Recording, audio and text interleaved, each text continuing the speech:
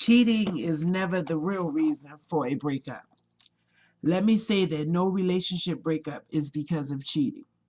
Irreconcilable differences are the primary reasons relationships, even marriages, end.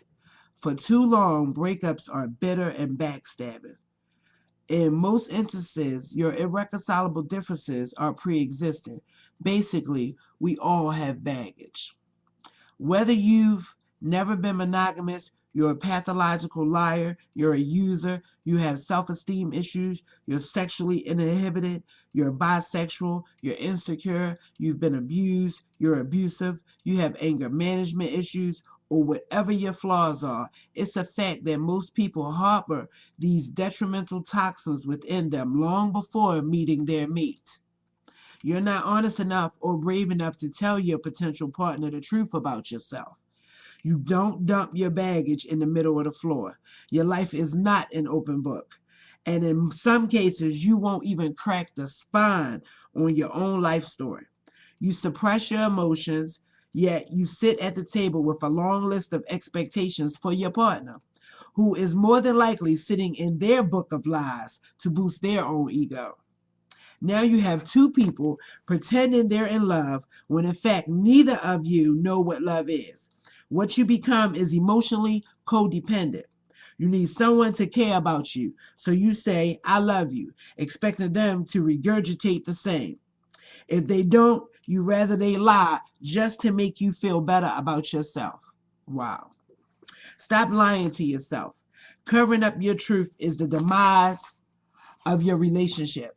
People want others to accept them for who they are, but most people aren't who they claim to be. If you know someone has lied to you, don't ignore the lie. Yes, it's imperative to forgive, but don't be a fool about it. Yes, everybody plays the fool sometimes, but don't marry the fool thinking they're going to change. Accept people for who they are. But the only way you can honestly do that is to keep it 100 with who you are. Marriage does not entitle you to control your spouse. You have no right to tell an adult what they can or cannot do. You reserve that right in your parent child relationship. But please don't have children outside of your marriage and complicate things for your child. If the child was born prior to marriage, then that's great. But after you say I do, please don't get caught up. That's inconsiderate and selfish. Speaking of selfish, this is the real reason that people cheat. You meet someone, they look, feel, and smell good to you. They flirt, you flirt back. Maybe your partner or spouse doesn't make you feel this way anymore. Maybe they do. It doesn't matter. You're greedy. You want more. You subscribe to eating ain't cheating, or what he or she doesn't know won't hurt them.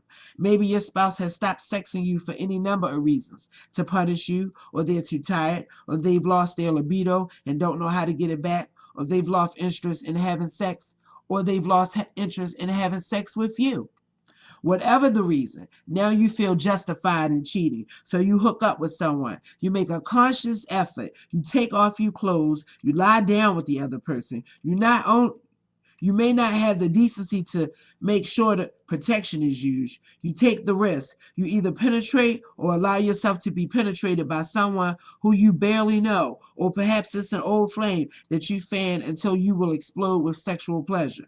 But let's say your partner is smarter than you. Let's say they find out about your affair. You're confronted. What now? They say to you, how can I ever trust you again? I like to say you've broken your trust with that person. But the fact is, you never had trust in your dysfunctional ass relationship. Deception is not trust. Thus, that constant confrontation begins. You try to justify your actions. The anger comes out. You blame the other person. Tears of pain stream down your partner's face and you apologize. Yet, you do it again. Why? Because you are a selfish liar. You lie with a straight face. Perhaps you straighten up for a moment, but when the opportunity presents itself again, you then do what? You do it again. You're not a man or a woman enough to accept who you are, so you lie about what you think the other person wants you to be because you don't want them to leave you. My point exactly. You are selfish and inconsiderate. Now, it's a fact that everybody doesn't cheat. Some people are committed to their relationship irrespective of their challenges.